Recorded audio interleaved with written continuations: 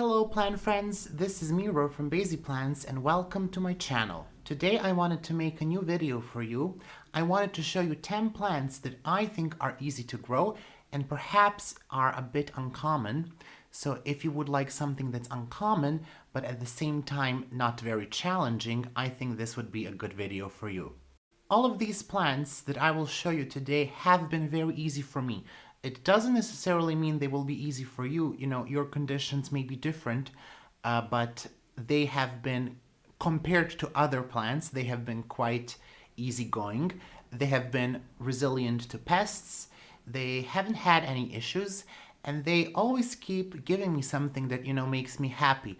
And I think that's quite important. I have some plants that, are sitting there for months doing nothing, under LED light, still nothing, giving them high humidity, still nothing.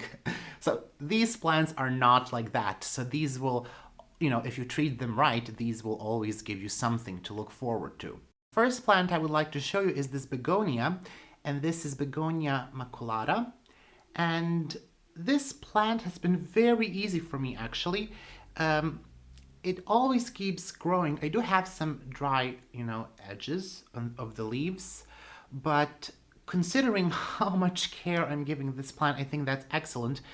I did not repot this plant when I got it, not because I didn't want to, I was actually very lazy to do that, and it did much better than if I would have repotted it.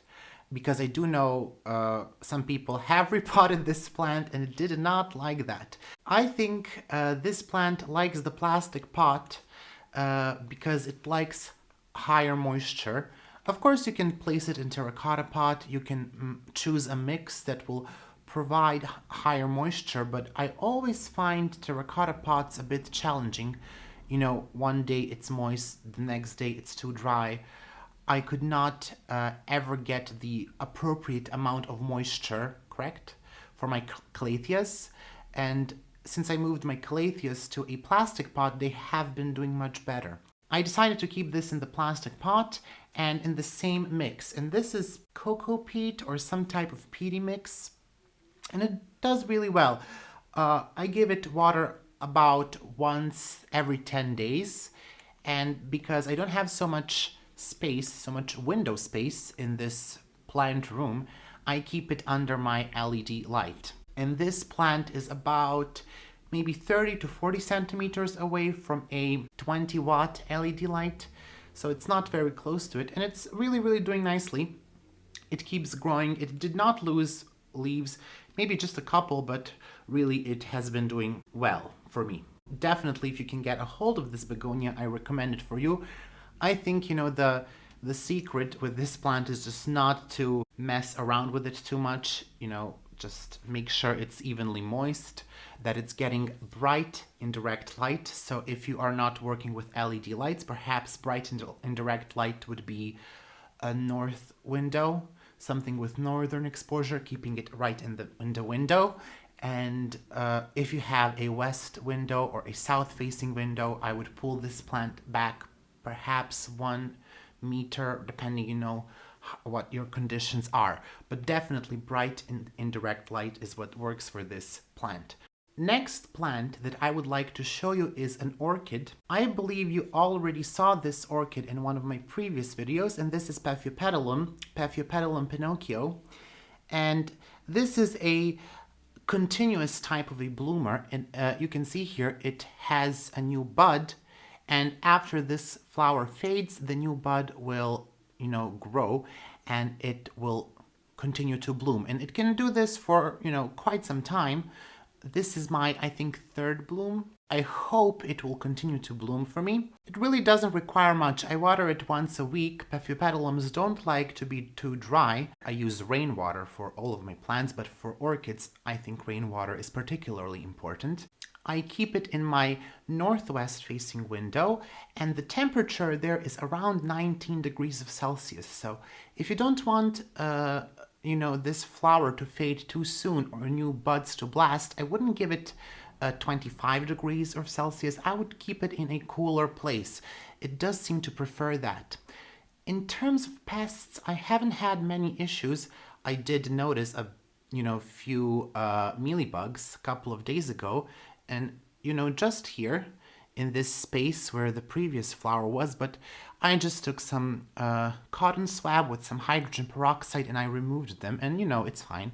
I don't see them anymore. I will continue to check, but nothing major really with this Paphiopedilum. They are slow growers and they are sympodial orchids, so you have this one that is blooming, and then you will have another shoot coming up, and this one will also bloom at one point. So if you do manage to preserve this flower spike and you get this one to bloom, you might have several flower spikes in bloom, which is great. But yeah, I would just say that the main trick with this orchid is not to give it too much warmth. Paphiopedilums are generally low light orchids, so northwest facing window, northeast facing window should do fine. Southwest window, you do need to pull it back a bit, and trying to keep it cool, not cold, just cool, around 18-19 degrees. I think your orchid will do fine. Another somewhat uncommon plant is this this monster. Very strange looking Epiphyllum. This is Epiphyllum Gallagher. I don't know. It does have a strange structure to it, but the growth is, I think, very interesting. It does have a lot of these roots, and I think that's because the humidity is quite high in this room. And all of this is new growth. It actually just started growing for me again. But this is really a very easy epiphytic cactus to take care of. I water it again possibly every 10 days. You don't want to go too dry with this guy like your regular cactus. So depending on your conditions, on your pot, on your substrate, you want to give it enough moisture. And you can always check. You can see if it's a little bit shriveled up like mine is, which means I haven't been very good with watering, but yeah, maybe I should give it more water. But you can actually check if it's not plump, it's a bit shriveled, you can water it. My epiphyllum is in a mixture of bark, perlite, cocoa peat, and general potting mix. And perhaps you can see a bit here, the type of mix. I don't want to lean the pot too much because I know it will start falling out, and I just cleaned my plant room. It hasn't bloomed for me yet. I don't think it's big enough to bloom. They do need a couple of years, perhaps 3 years, until they are the right size to bloom. So maybe in a year or two I can look forward to that. I actually have a smaller cutting of this plant, not of this particular plant, but from another grower. And it's also growing very nicely. These new shoots, when they start to grow, they tend to grow quite fast, for me at least. So this plant is growing near an LED light. It's not under an LED light, but I do have a light bulb that kind of, shoots from the side of this plant. So it's a light bulb that I use for my Alocasia zebrina that is below this plant, but this plant is getting some indirect light from that light bulb. The light bulb is a 20-watt LED light. So it is getting light, but it's not getting too much light because, again, the light bulb is pointing more towards the Alocasia zebrina. This plant, the reason it looks like this, it's nighttime when I'm recording this, and, prayer plants, they tend to move their leaves throughout the day. Maybe I should have recorded this in the morning. But yeah, this is Maranatha lemon lime, and it's in this very unattractive self-watering pot. I got this as a cutting, and it was a bit smaller, not too much, maybe 3 or 4 leaves less than this. This one is a new leaf, and you can see it's quite big, and then this leaf is just starting to unfurl. This plant was easy for me to root. I rooted this cutting in water. I transferred it to mixture of cocoa peat, perlite, a bit of bark, and I wanted a well-draining mixture because I decided to put this plant in a self-watering pot. And this is some microfiber that goes through the bottom of this cup. I did want to use a plastic cup so I can check the roots. And then it's in a jar, in a glass jar. and on bottom there is some water. So this water gets pulled by this microfiber into this cup, not pot, to be fair. And it seems to be working really well. The plant is getting constant moisture, but it's not too moist. It's not soggy or wet or anything like that. And it really is growing nicely for me. I keep it next to my Alocasia zebrina, and my Alocasia zebrina is quite a tall plant. So this is sitting in the bottom, and it's getting LED light, the one that I mentioned before, the 20-watt LED light. So it's getting some indirect light from that and a bit from the shelf. It's near a shelf too. And you can see in this video, perhaps I forgot to mention, I grow a very big part of my plant collection under LED lights. Why? I don't have so much space that has natural light, and I do want to have many plants because if you are working with natural light, I think placing it in your north-facing window, in your east-facing window would be good. No direct light for this plant. If you have a south window or a west window, I would pull it back perhaps 1 meter, meter and a half, depending what your situation is. Do you have some trees outside? Do you get light throughout the day? So, I think you know your lighting situation the best. But again, I would give this the same amount of light that I'm giving Begonia. Bright, indirect light.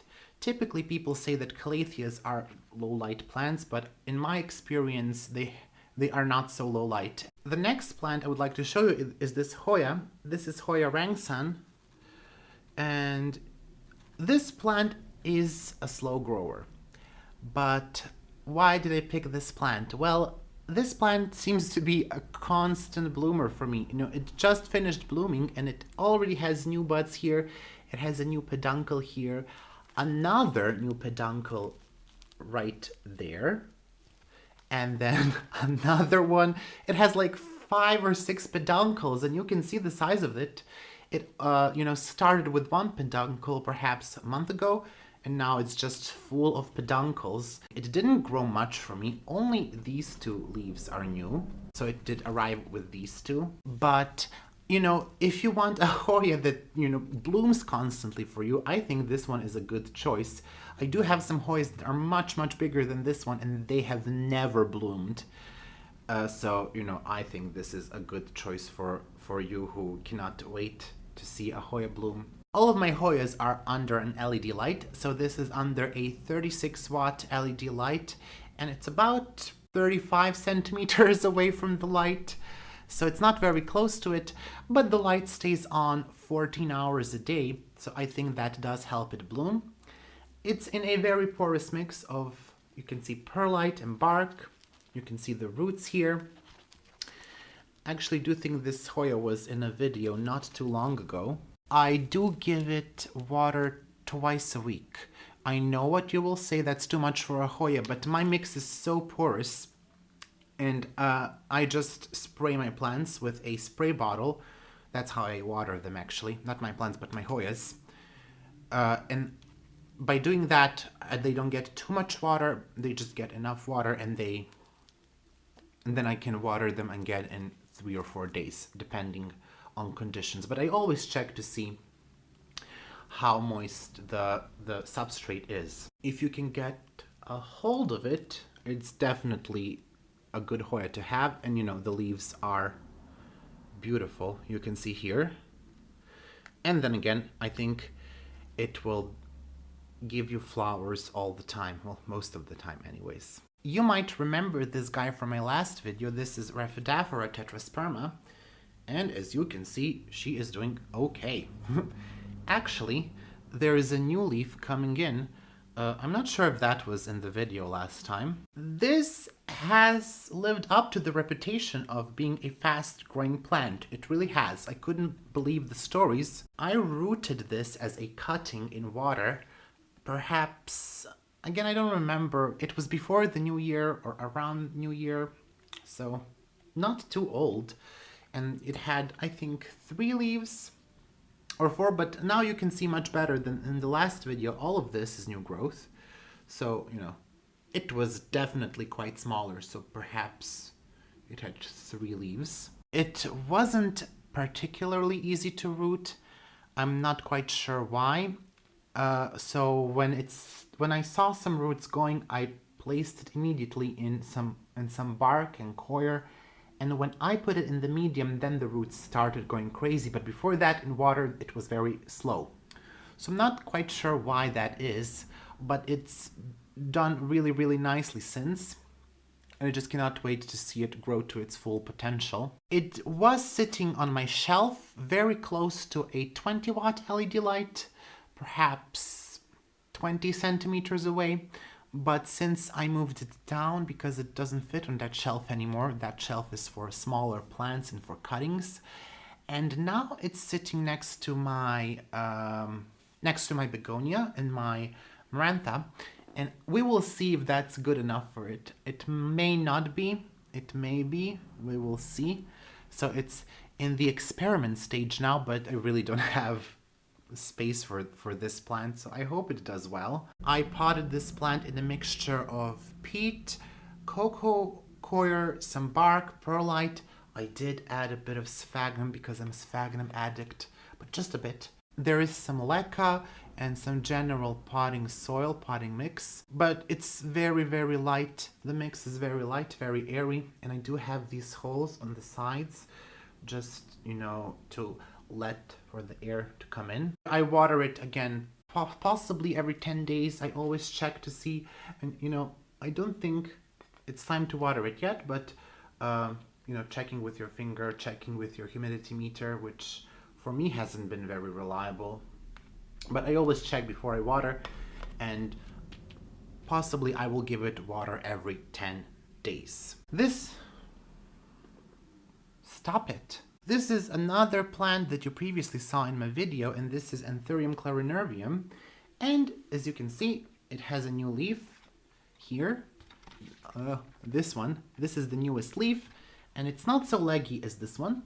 This is the leaf before that, so it was closer to the light, and it's keeping a more compact form. It does have a flower here. This plant has been quite a slow grower. I think that's generally the case with Anthurium, but even though that's true, it does take a lot of time for a leaf to unfurl. But for me, I either have a new leaf coming in or a flower spike. So there is, again, sometimes happening most of the time. The reason why I recommend this plant is because it's quite resilient. When it was close to my philodendrons, which were overpopulated with thrips, but for some reason, thrips didn't like this plant so much. I did see a couple, but not too many. Maybe you can see, I'm not sure if you can see the thrips damage. So this lighter area here doesn't require too much light. Bright indirect light will do. So east-facing window, possibly 1 meter away from your west or south-facing window, or a bit more even. I do find that if you give it too much light, as I did, the leaf may appear a bit yellowish. So this leaf, the new leaf, possibly got a bit too much of the LED light. I think this plant could possibly handle the same amount of light that, your Epiphyllum, Tetris Parma would handle. So Anthuriums aren't really plants that want direct sunlight. They just want bright, indirect light. The mix for this plant, I do think I talked about it, is from cocoa peat, wood bark, perlite, some general potting soil, which is usually my usual mix for most of the plants. I do keep it in terracotta pot. I kind of wish it was transparent so I could check the roots, because again, I just baby my plants. I like to see what they're doing, how they're doing. You should have no secrets from me. I would say I water this again once every 10 days, which seems to be my schedule for many plants. Sometimes I will skip, sometimes it will be once every 14 days, depending on the conditions, depending if I see if the soil is moist or not. It does well with lower humidity too. It doesn't require crazy high humidity like 70 or 80%. It will do fine around 55, 60. That should do it. I'm not sure if you go to 30% of humidity, I'm not sure what it will do then, but around 50, which I think is moderate humidity, I think it will do really well in those conditions. The next plant I would like to show you is a bit long, not crazy long, but you know, this is my Ceropegia woodii, so string of hearts. You can see a bit of a close-up there. I have 6 vines in there. When I got them, they were about this big, and I got them in April last year, so they did grow nicely since then. I kept this plant inside, throughout the summer, and it's actually longer. It's just tangled itself. The one annoying thing about this plant, it tangles in itself quite easily. So yeah, I kept it inside throughout the summer, and it was in my northwest facing window, directly in the window, but that part of my window kind of gets more light, and even some cacti can grow there, but it did grow significantly. I moved it to my shelf near my Hoyas. It's getting indirect light from LED tubes, but it's still growing, and you know, it did not stop growing this winter. I water this about every 2 weeks in winter. I try to give it less water. You can see it does have these, they kind of look like bulbs, and this is part of the root system of this plant, so it can definitely hold water there. Don't go crazy with watering. I do find if you underwater it, the leaves will just go wrinkly and drop. Over time, you know, this mix got a bit compacted because that's what happens, you know, that's what water will do. So I will definitely repot it, and I will be putting it outside. Now a plant for all of your fern lovers, and I hope I have the name of this plant right. It's Phlebodium aureum, I think. Blue star fern, I think, is the common name for this plant. And you can see he got big. This plant I got last summer in a market, and commonly you cannot find it so easily here. You might be able to find it very easily where you live. It did have few leaves, and you can see they are lighter. The lady who sold me this was convinced this plant needs a lot of direct light, which it doesn't, and you can see all the new growth has that nice bluish color to it. This is one of the new leaves, and then these are new, and there are some new leaves going, starting to grow here, so that's cool. I do find this fern quite easy. I don't have a lot of success with ferns. I don't have a lot of ferns either. I had failed miserably with maidenhair fern, and I think most of the people did, but this one, very easy. If you like ferns, I think this one has very, very interesting look to it. Even if you like philodendrons, this is kind of reminiscent of a philodendron plant, the leaf shape, but I think it's a very cool plant to have. I did move it around in several different lighting conditions, and it did well with less light, with more light. I never tried giving it direct light like the lady suggested, and I don't think you should. But I think, you know, it can go to bright light to lower light. I water it about once a week. It's in a clay pot. It's glazed clay inside. It's in a mix that's mostly with peat and perlite. There is some bark, but I think mostly on top. The mix is not as porous as I would use for a philodendron or Anthurium. So it's less porous than that, because ferns do like moisture. This one doesn't want too much moisture, like for example your maidenhair fern would. So this wants less moisture. It can take a bit of dryness, but you know, you shouldn't get crazy with drying it out. So make sure to remember it is still a fern, so it will need water. The plant that I need to show you is here. It's absolutely huge. Well, first of all, this plant is almost 2 meters tall. It is Monstera Liana, and I'm afraid I can just show you a part of this plant. You can see the variegation here or here. So it has some variegation to it. So this plant grew quite significantly for me. I would say it doubled in length, and it would probably be even taller hadn't I, been very clumsy.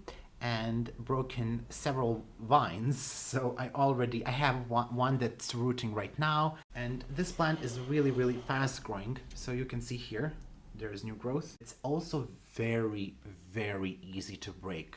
If you do this too many times, it will break. I never had a plant that it's so fragile. So leaves are very easy to break and vines are very easy to break. So if you have this plant, don't mess around too much about it. I recently put it on this bamboo stake. It was on a coir stake and it grew far beyond the size of that stake. And I decided I want to move it to the bamboo stake, and I actually broke the one cutting that I have rooting now. Cutting. I don't think I can call it a cutting if I didn't cut it. It did really well for me when I had thrip infestation. I did not see any thrips on it. Again, it was very close to my philodendrons, just the same way like my Anthurium, but I did see some thrips on my Anthurium, but I saw 0 thrips on this Monstera. So I'm not sure if they don't like it or if it's just very resilient, but it was unaffected, completely unaffected by thrips. It's 1 meter away from my northwest facing window. It was like that in summer too, and it grew really nicely. And now it's possibly 1.5 meters away from my northwest facing window, but I do have some LED light that's kind of overhanging from my shelf, and it seems to be enough for this plant because it is growing. There is a huge vine up there that you don't see. The one thing I did notice is if you don't give it support, it will grow without leaves. So you do need to make sure to support it quite soon, because if you don't, you will have a long vine without any leaves. But in terms of light, really, it's not too picky. Again, I would possibly choose some bright and direct light. I don't think this plant would do well in direct light. You can kind of see here there is a bleached part, and I had few leaves that were like this when I bought this plant, and I think they were putting it in too much light. So I definitely wouldn't put it in any type of direct light. East facing window I think would be okay. You can pull it back from your west facing window, from your south facing window. 1 meter, 1.5 meters, even more, I think would really be okay. Again, I think you can put it directly in your north facing window. So you can see here more of the variegation on this plant, on this leaf. Not all the leaves will have the same amount of irrigation, obviously. Some will have less, some will have more. I water this plant about once a week. My mix is very porous, which is quite annoying because it's a very tall plant, and when I water it, I always have a lot of water in the tray. It's very difficult to lift it and to empty it, and it gets, again, very annoying. But I would say once a week or every 10 days should be enough for your plant. I would still pot it in a porous mix of bark, perlite, coir, with a little bit of potting soil, but you know, maybe I overdid the bark and perlite with my plant. But it's still growing really nicely. And one way to see if this plant wants more water is it will kind of curl up its leaves like this. So like this. Similar to a Scindapsus, it will fold the leaves inside. And that's a sign it needs more water. That would be all for today. I hope you enjoyed this video. I hope you can get some of these plants because they are very exciting to grow in your home. Again, I think all of these plants will be quite easy even for a beginner. They are not very picky in terms of humidity, in terms of light. So I think, you know, they can possibly grow well in most of homes. And, you know, you just make sure not to overwater any plants. And I think that goes for every plant. And they should do really well. If you have any suggestions, if you have any questions, please leave them in the comments below. Follow me on Instagram at basie.plants, and yeah, see you later. Bye.